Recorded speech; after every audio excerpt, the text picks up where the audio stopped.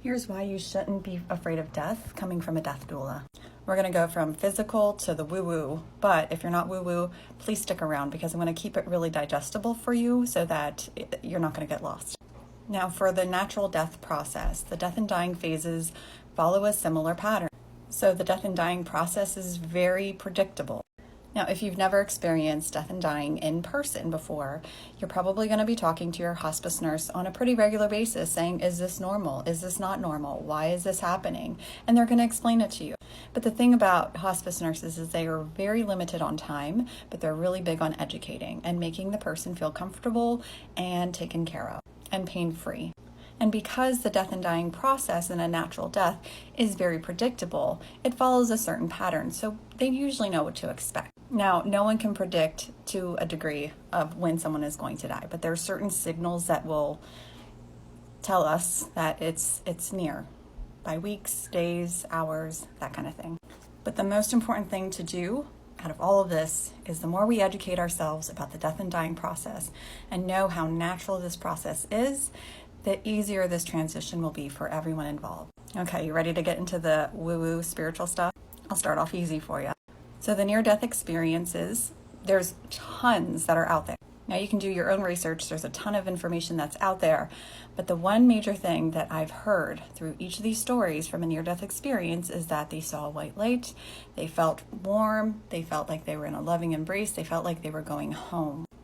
And one of the major things that I continue to hear from people who share their stories about near-death experiences is that they are no longer afraid of death and dying.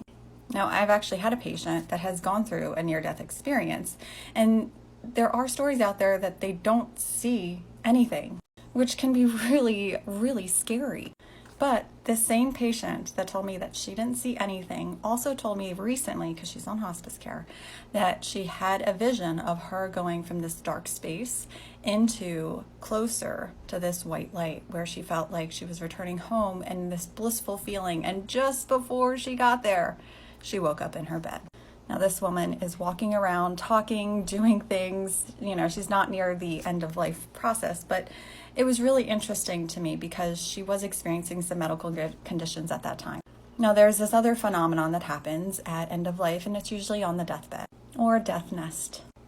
Now, this is the one that I find most fascinating and really beautiful to witness, and sometimes really funny. What am I talking about? It's visioning.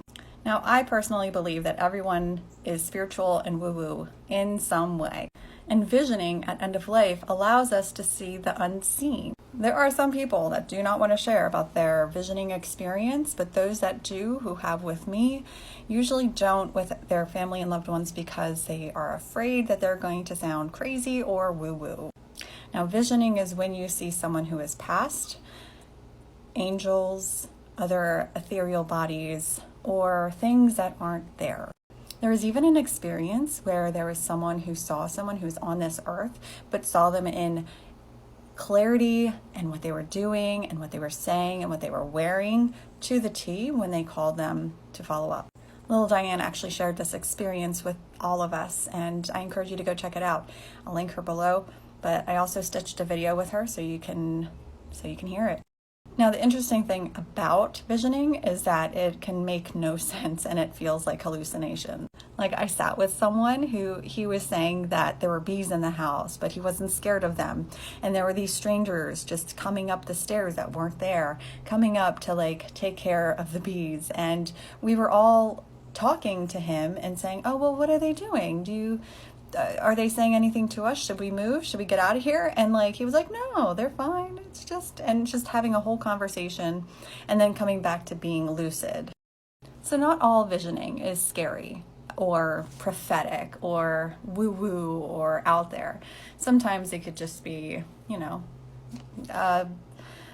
imagination, hallucination, or something like that. But it's something that we can't explain. Now, I am a medium, and I am able to see spirits and talk to spirits and all that stuff, but I won't get into that. But what I will say is that I'm not scared of dying or death or what's on the other side, because I know that there is something on the other side, something that we all go back to or go home to, something that gives us a lot of peace and comfort, especially at end of life, because I've sat bedside with people.